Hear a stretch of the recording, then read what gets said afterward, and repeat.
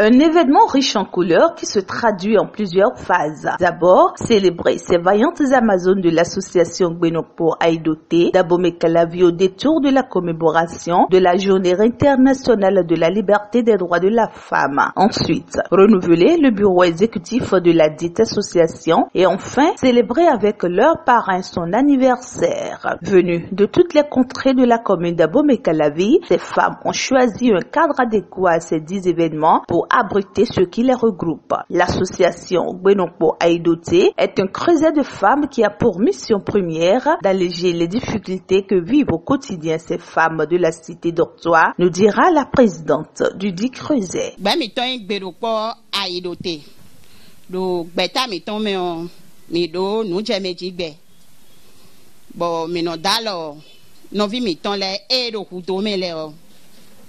Mais tu vis mon ménon bono naï bono rien ouais d'autres nous filet ménon rien nous les dessous oui dis permis ton chichone alors d'autres on me weminde sunu deme bonyon nous deme. Parrainé par le duo Nestor Agon, un cadre chevronné de la mairie d'Abomey-Calavi et Fréjus Zinlin, protocole du maire Angelo Rwandinou, pour eux, soutenir ces braves femmes en de pareilles circonstances relève du sérieux et l'engagement dont faut montre ces dernières. Nestor Agon.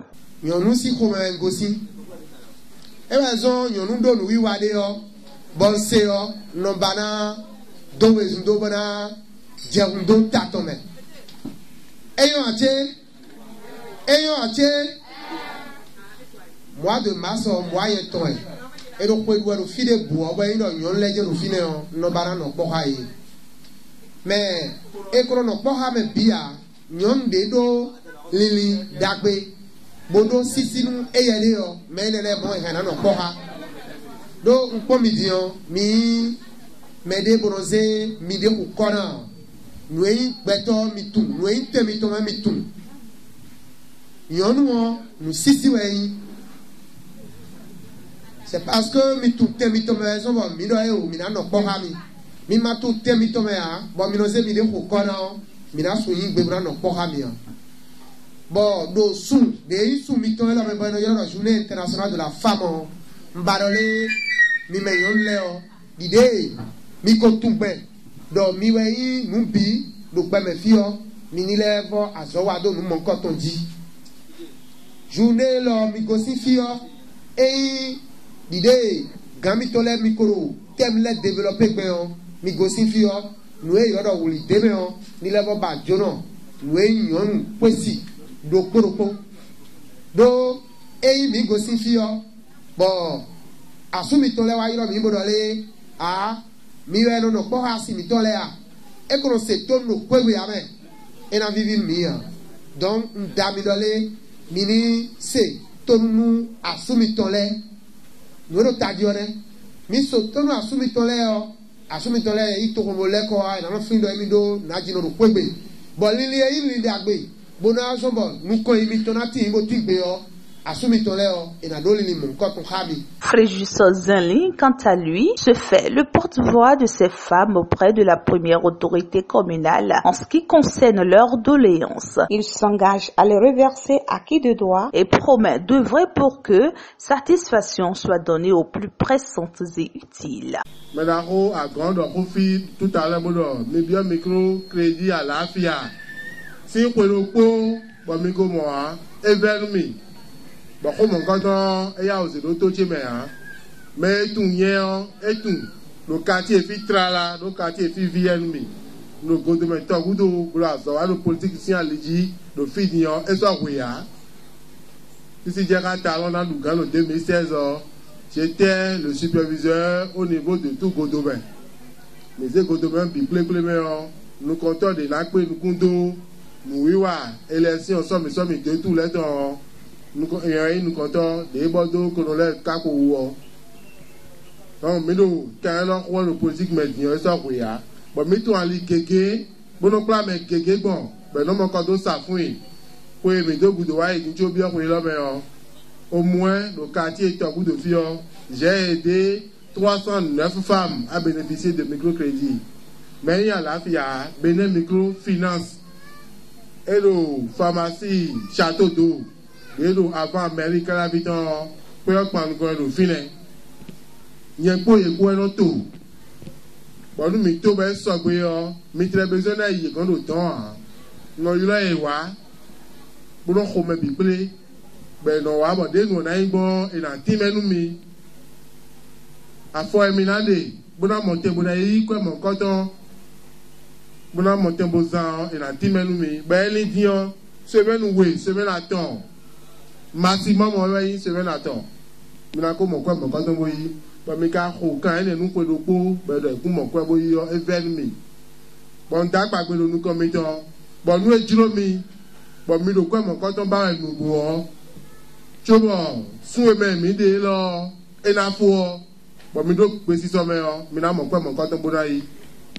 nkan leji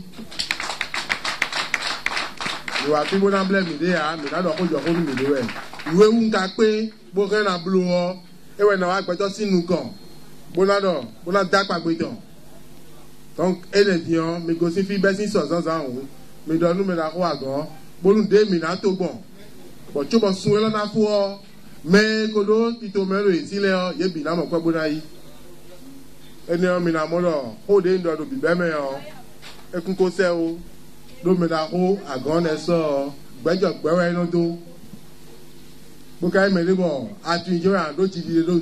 Après ces étapes protocolaires, le renouvellement du bureau a été fait. Les femmes de l'association Gbenokpo Aidoté, au détour du vote, ont porté leur choix sur la vaillante Amazone Lucienne Atsolou pour conduire les destinées de leur association. L'heureuse élue donne ses premières impressions.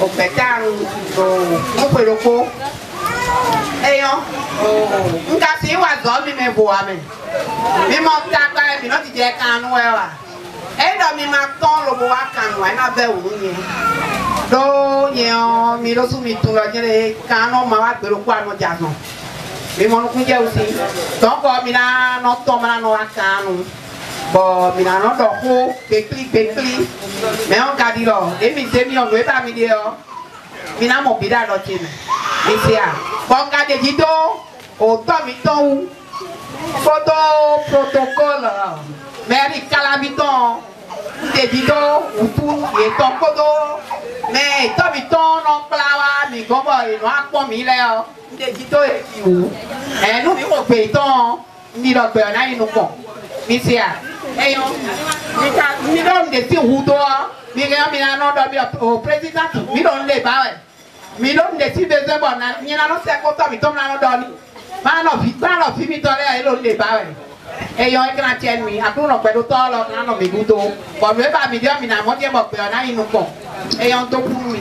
Le parrain Nestor Agan ayant célébré son anniversaire le 10 mars dernier, ses filleuls n'ont pas voulu laisser passer inaperçu cet événement. Elles lui ont fait un précieux gâteau en guise de remerciement et de reconnaissance pour son engagement à leur côté. Cette étape vient mettre fin à cette majestueuse cérémonie. Les femmes repartent toutes joyeuses dans l'espoir de se revoir dans les tout prochains jours pour définir leur PTA de la nouvelle équipe dirigeante de l'association Gbenokpo Aidoté.